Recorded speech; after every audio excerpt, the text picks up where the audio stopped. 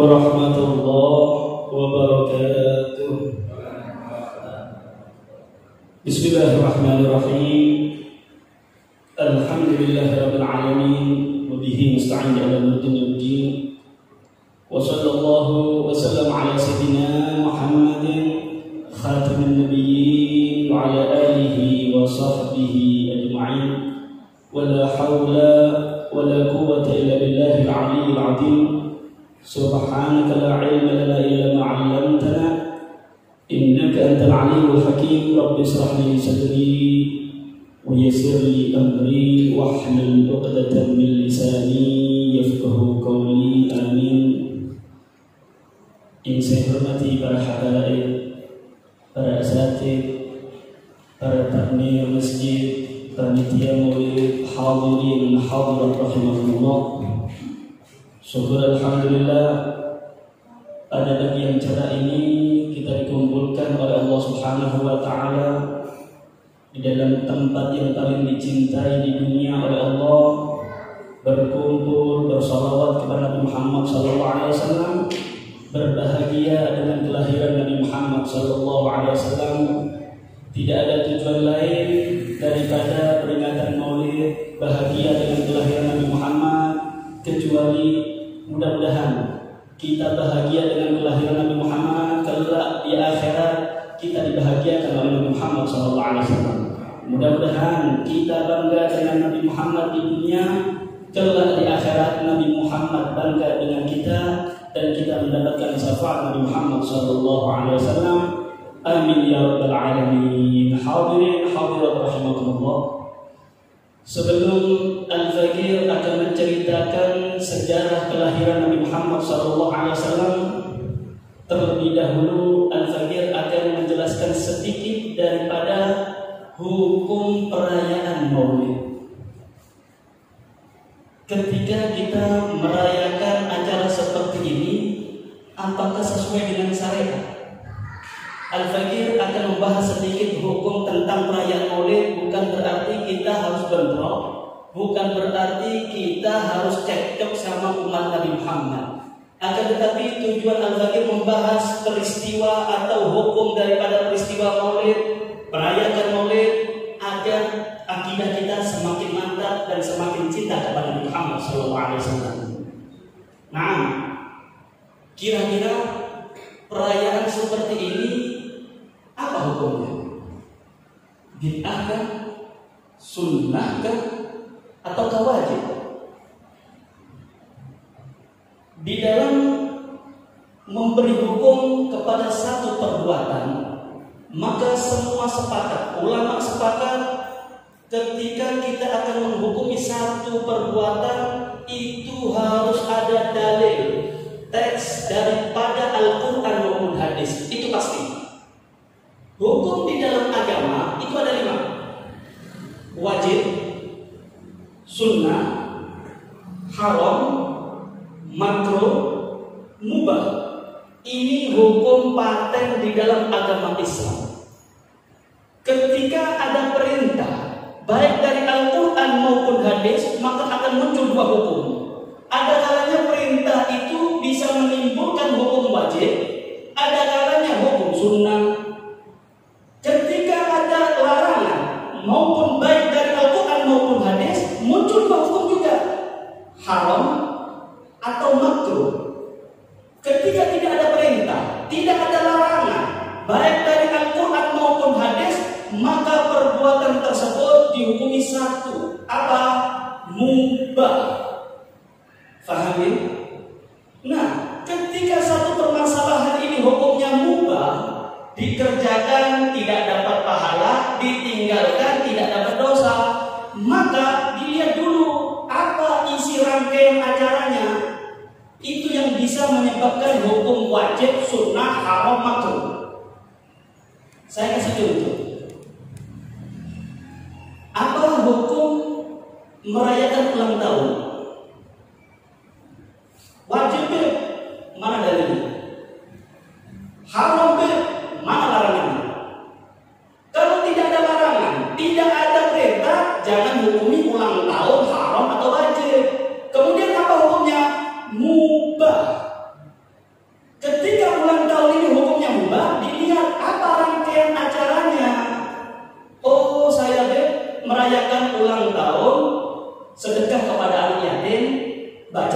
Yasin.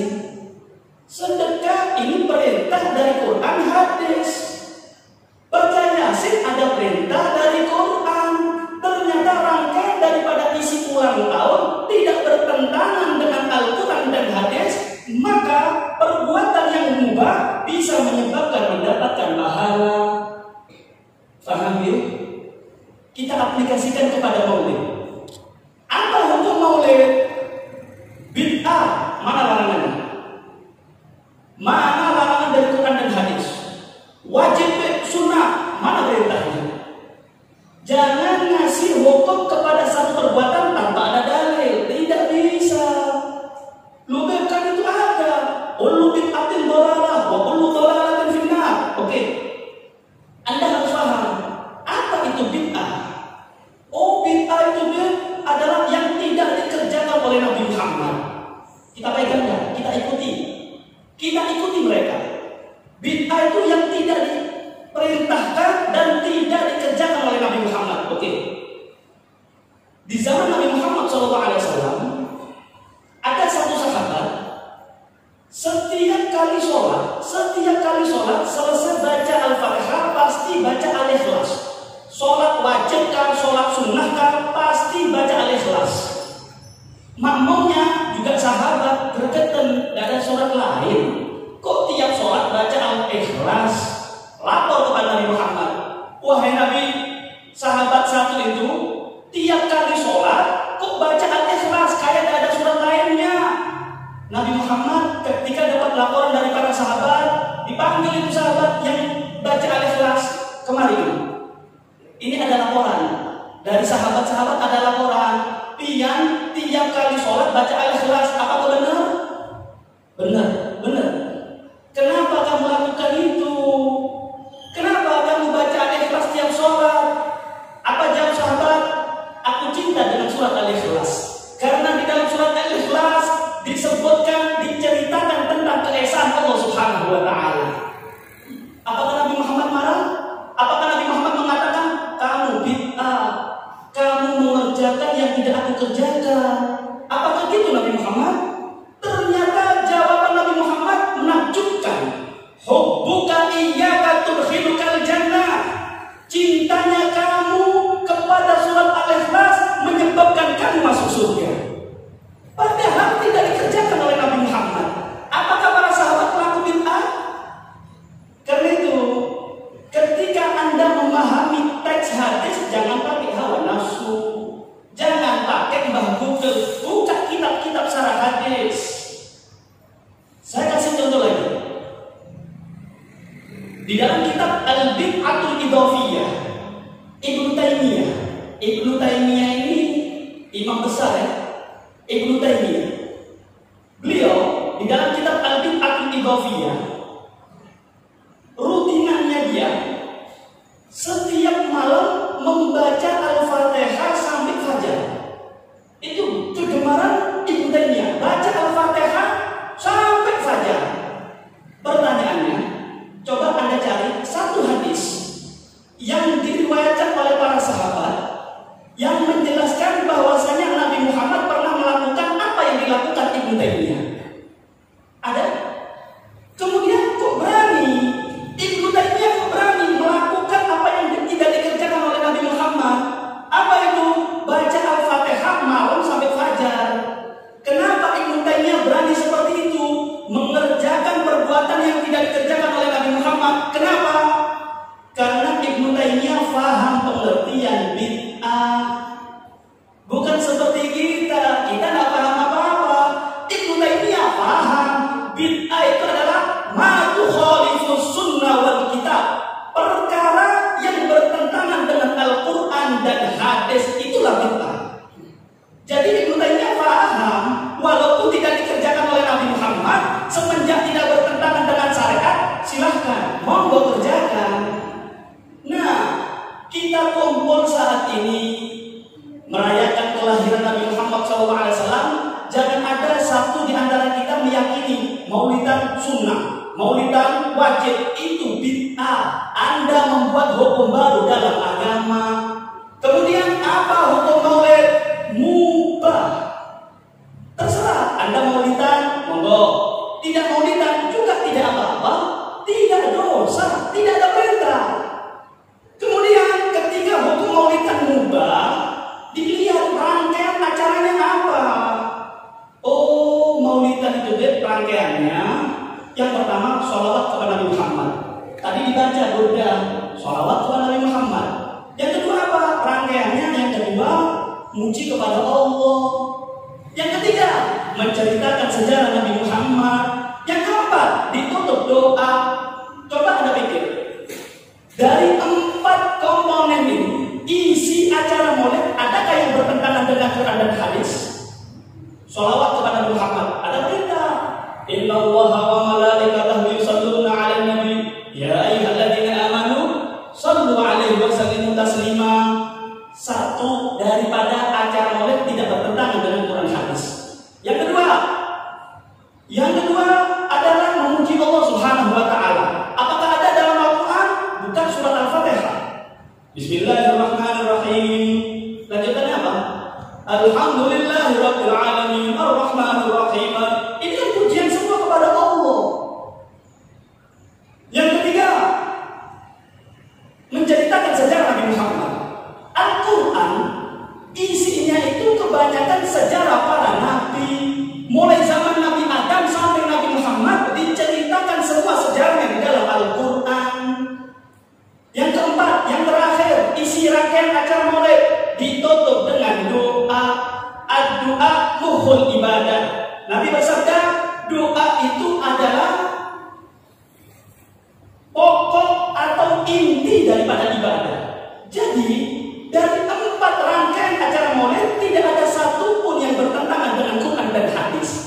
Karena itu kalau ada orang yang mengatakan maulidan bid'ah, tanya mana dalilnya? Anda melarang maulidan itu apa dalilnya? Ada nggak larangan dari Quran? Ada nggak larangan dari hadis? Kalau tidak, jangan macam-macam. Anda tidak maulidan tidak dosa. Yang dosa Anda menuduh kita pelaku bid'ah. Berarti Anda membuat hukum baru dalam agama. Itulah bid'ah. Membuat hukum baru dalam agama, itulah pengertian bid'ah. Faham ya?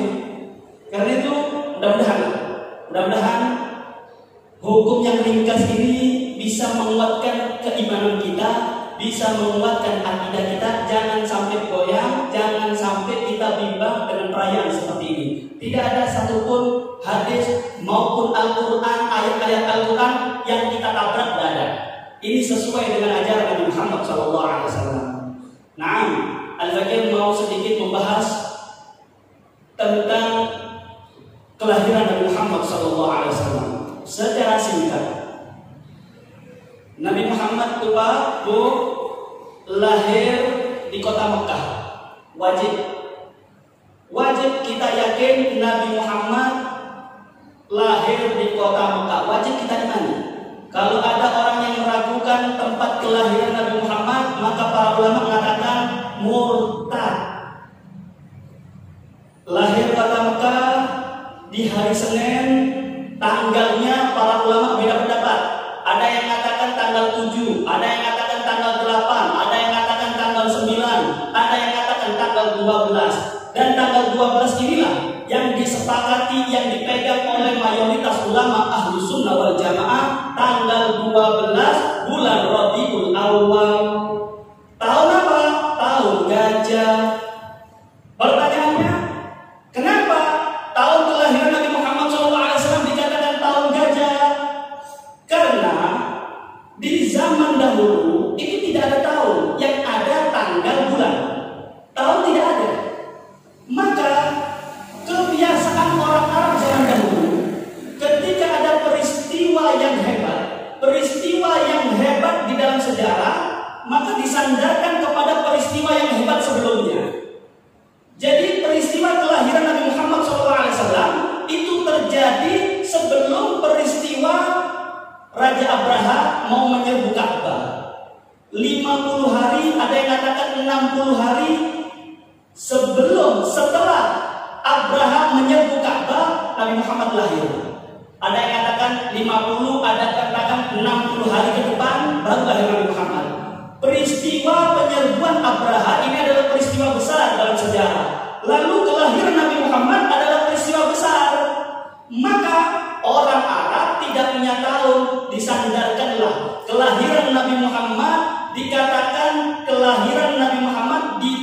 tahun gajah, hari Senin tanggal 12 bulan Rabiul Awal tahun gajah.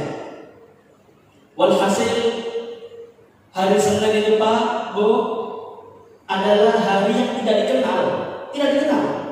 Hari yang dimuliakan oleh manusia itu 3, 2. Sabtu Minggu zaman dulu, Sabtu Minggu, Sabtu Yahudi, Minggu Nasrani sebelum ada Nabi Muhammad SAW.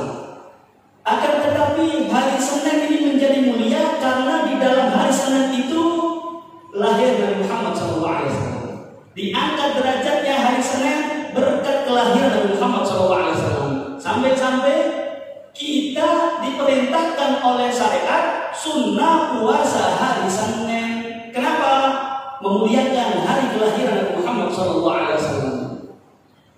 Nabi Muhammad Pak Bu pernah ditanya begini oleh para sahabat tentang puasa hari Senin.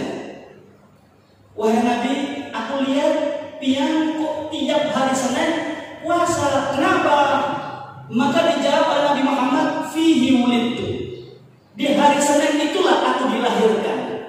Maka para ulama sepakat di dalam hadis ini, ulama mengatakan Nabi juga merayakan kelahirannya. Dengan cara apa? Bukan maulid seperti kita, puasa.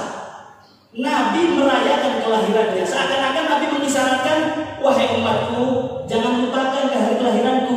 Wahai umatku, jangan lupakan kelahiranku, rayakan kelahiranku. Aku akan merayakan kelahiran daripada kelahiranku. Aku puasa. Yang bunda. Hari Senin, hari mulia.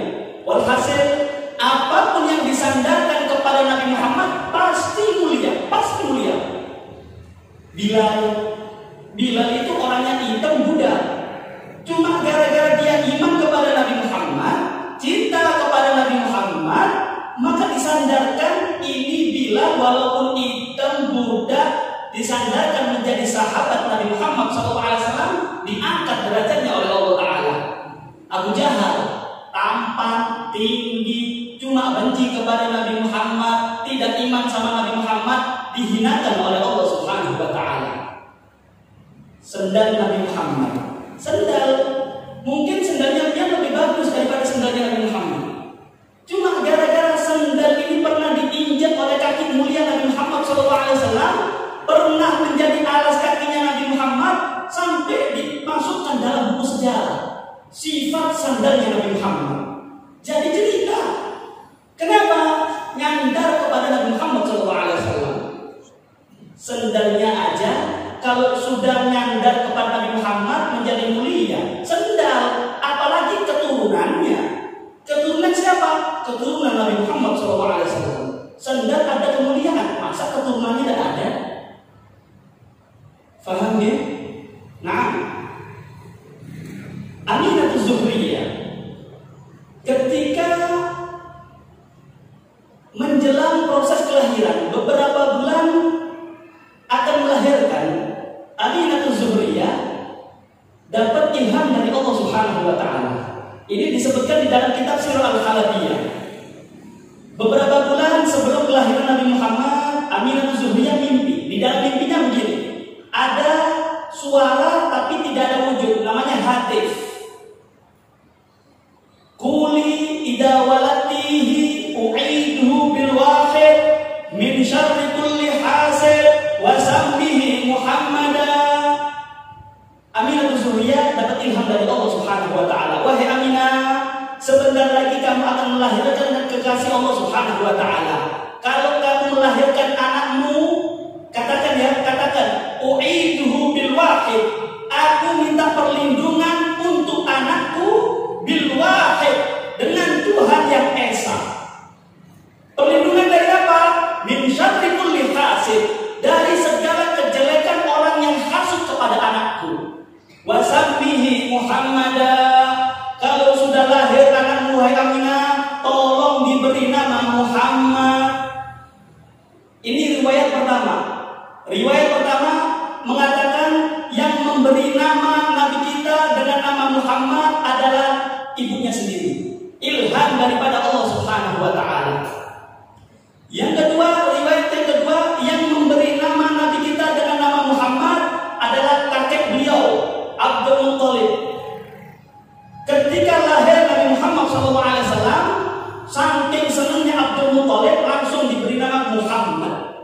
Muhammad. Setelah nama mulia ini menempel kepada Nabi Muhammad, di demo Abdul Muthalib di demo sama orang Arab. Ma hamalaka an tusammiyahu bi Muhammadin falaysa min asma'i qaumik wala abaik. Abdul Muthalib, kamu kok memberi nama aneh kepada cucumu? Nama Muhammad ini nama aneh, nama asing. Tidak ada nama Muhammad di kalangan kita. Datuk-datuk kita tidak ada namanya Muhammad. Kamu kok memberi nama Muhammad? Aneh. Apa dasarmu? Apa jawab Abdul Muthalib? Rajautu an yuhmada fis sama'i wal ard. Orang Quraisy, Arab Quraisy, ketahuilah, aku memberi nama anakku dengan nama Muhammad bukan tidak ada alasan. Aku berharap dengan nama yang mulia ini Muhammad, aku berharap cucuku dipuji dunia dan di akhirat. Allahumma shalli ala Muhammad. Jadi harapan memuji kepada Nabi Muhammad itu sudah menjadi harapan daripada Abdul Muthalib. Lalu ada umatnya yang aku cinta sama Nabi Muhammad, muji kepada Nabi Muhammad dikatakan hulu, dikatakan syirik. Dari mana Anda belajar? Oh, itu kan ada dalilnya, itu ada hadisnya. Nabi melarang, la tutruni kama atran nasara Isa bin Maryam. Ini larangan dari Nabi Muhammad. Nabi Muhammad tidak mau dipuji. Anda salah berguru. Anda kalau baca hadis jangan sepenggal, fahami hadisnya. Coba Anda renungkan sabda Nabi Muhammad, la tutruni, jangan kamu puji-puji aku. Memang benar, itu ada hadisnya. Jangan kamu puji-puji aku. Memang itu larangan dari Nabi Muhammad. Cuma lanjutkan penggalan hadisnya. Kenapa Nabi Muhammad melarang kita memuji? Pujian bagaimana yang dilarang oleh Nabi Muhammad? Karena atra'an nasara Isa bin Maryam. Inilah yang dilarang oleh Nabi Muhammad. Jangan puji-puji aku seperti orang Nasara memuji Nabi Isa. Bagaimana pujian Nabi Isa, pujian sahabat Hawari daripada Nabi Isa kepada nabinya? Menuhankan Nabi Isa. Ini yang dilarang oleh Nabi Muhammad. Ini yang dilarang. Jangan puji aku keterlaluan sampai menuhankan aku, jangan. Tapi kalau kamu memuji aku sebagai manusia biasa, silahkan, monggo. Jangankan kita, Pak. Jangankan kita. Allah yang puji Nabi Muhammad. Allah. Wa innaka la'ala khuluqin azim. Engkau wahai Muhammad di atas budi pekerti yang luhur. Kalau Allah yang turun tangan memuji kepada Nabi Muhammad, terus apa nilai pujian kita dibanding dengan pujian Allah? Karena itu puji Nabi Muhammad setinggi-tingginya. Semenjak jangan sampai menuhankan Nabi Muhammad SAW. Ini yang dilarang oleh Nabi Muhammad.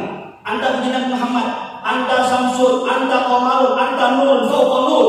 Engkau wahai Muhammad laksana matahari, engkau wahai Muhammad laksana rembulan, engkau wahai Muhammad nurnya di atas segala cahaya. Memang benar. Ini pujian tidak keterlaluan. Memang kenyataan seperti itu. Anta samsul, engkau wahai Muhammad laksana bidadari, laksana matahari cahaya. Memang benar. Anda buka nanti di rumah, cek di dalam kitab Az-Zawajir Anil Kabair Ibn Hajar Al-Asqalani. Di dalam kitab tersebut dikumpulkan hadis-hadis tentang bagaimana wajah Nabi Muhammad SAW. Diriwayatkan Hababa Aisyah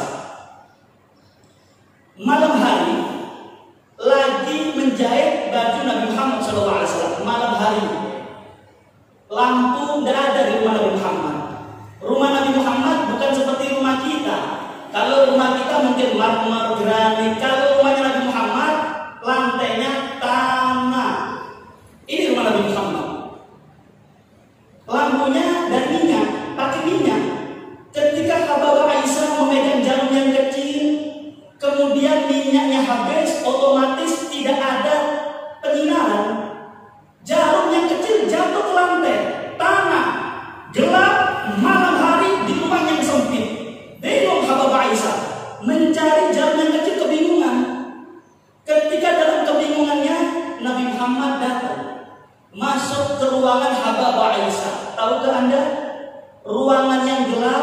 langsung bersinar. Kenapa? Pancaran wajah Nabi Muhammad SAW.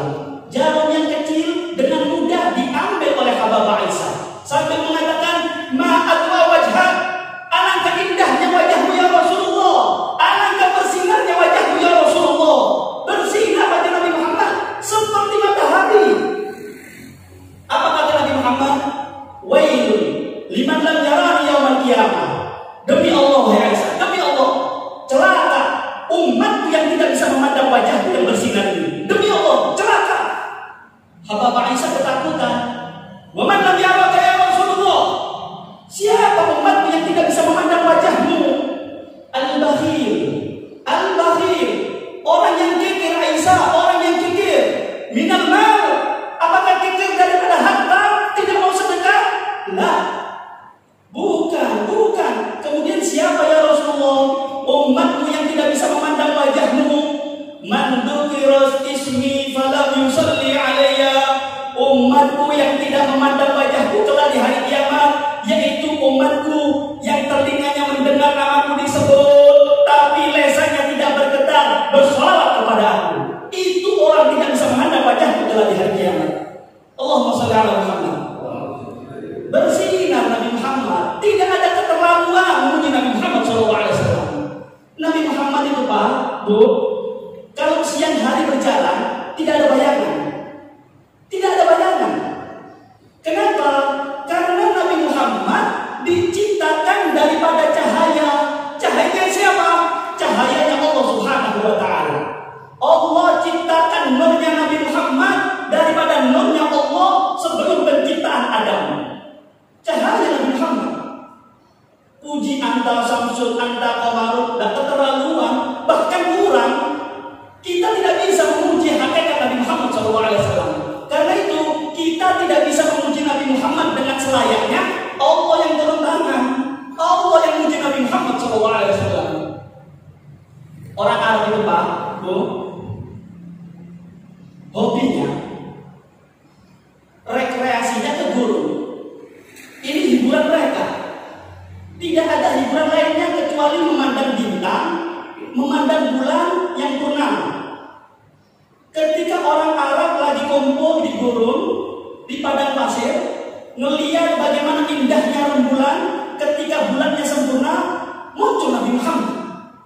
Muncul Nabi Muhammad, dicuri itu pandangan orang Arab. Semua konsentrasi ke bulan, ketika Nabi Muhammad muncul, noleh semua wajah Nabi Muhammad SAW. Sampai-sampai diriwayatkan rembulan cemburu dengan wajah Nabi Muhammad SAW. Saking indahnya wajah Nabi Muhammad SAW. Tidak ada yang keterlaluan dengan Nabi Muhammad. Kita puji Nabi Muhammad kurang. Singkat cerita, setelah dapat mimpi ilham dari Allah, detik-detik kelahiran Nabi Muhammad, menjelang kelahiran Nabi Muhammad, Hababah Aisyah masuk ke ruangan, Hababah Aminah masuk ke ruangan. Ternyata di dalam kamar Aminah Zuhriyah sudah banyak perempuan-perempuan cantik. Aku lihat banyak perempuan-perempuan cantik. Ma ra'aitu atwa minhunna wujuhan. Aku lihat perempuan itu tinggi-tinggi, putih-putih, cantik-cantik, wajahnya bersinar. Tidak ada satupun dari mereka yang aku kenal. Aku ketakutan. Ini diriwayatkan di dalam kitab Sirah Al-Halabiyah. Di dalam kitab Mawahibul Laduniyah ada. Ketika aku ketakutan, aku lihat perempuan yang cantik-cantik yang tidak aku kenal di dalam ruanganku, bingung aku. Akhirnya satu perempuan maju kepada aku. Wahai Aminah, tenang. Isrobi, yuk minum. Biar tenang kamu, minum. Aku minum air yang diberikan oleh mereka. Ternyata airnya lebih manis dari madu, lebih segar daripada air es, lebih putih daripada susu. Tahukah Anda air dari mana? Air dari surga. Untuk siapa? Ibu Nabi Muhammad SAW. Setelah diberi minum, akhirnya mereka mengenalkan dirinya masing-masing. Wahai Aminah, tenang ya, tenang. Kenalkan, aku Maryam bintu Imran. Aku ibunya Nabi Isa alaihissalam. Yang di sebelahku ini Asia imratul Fir'aun. Ini adalah Asia, istri daripada Fir'aun. Dan yang kamu lihat saat ini cantik-cantik semua, itu adalah bidadari-bidadari surga. Mereka semua, kita semua diperintah oleh Allah Ta'ala turun ke bumi untuk menyambut daripada kelahiran anakmu. Allahumma shalli ala Muhammad. Jadi bidan daripada proses kelahiran Nabi Muhammad bukan orang sembarangan, bukan makhluk sembarangan. Bidadari lah, bidadari. Lalu diusap perut Aminatul Zuhriyah. Bismillah, ukhruj biidznillah. Bismillah, ukhruj biidznillah. Wahai anak, mari keluar dengan izin Allah. Keluarlah bayi yang mungil, yang ganteng, Nabi kita Muhammad SAW keluar bersih, harum. Di dalam tubuhnya tidak ada satupun darah yang nempel dalam tubuhnya. Lahir langsung sujud kepada Allah Subhanahu wa Ta'ala. Lahir langsung mengucapkan Allahu Akbar kabira walhamdulillahi katsira wa subhanallahi bukratan wa asila. Adakah di dunia ini bayi yang lahir langsung bersih, bayi yang lahir langsung suci, bayi yang lahir sujud kepada Allah, bayi yang lahir langsung mengesahkan Allah? Tidak ada lain kecuali Nabi kita Muhammad SAW. Alam semesta bangga dengan kelahiran Nabi Muhammad. Semuanya bangga. Sampai-sampai diriwayatkan bintang itu ketika lahirnya Nabi Muhammad, bintang mendekat ke bumi. Orang Arab ketika melihat bintang mendekat ketakutan.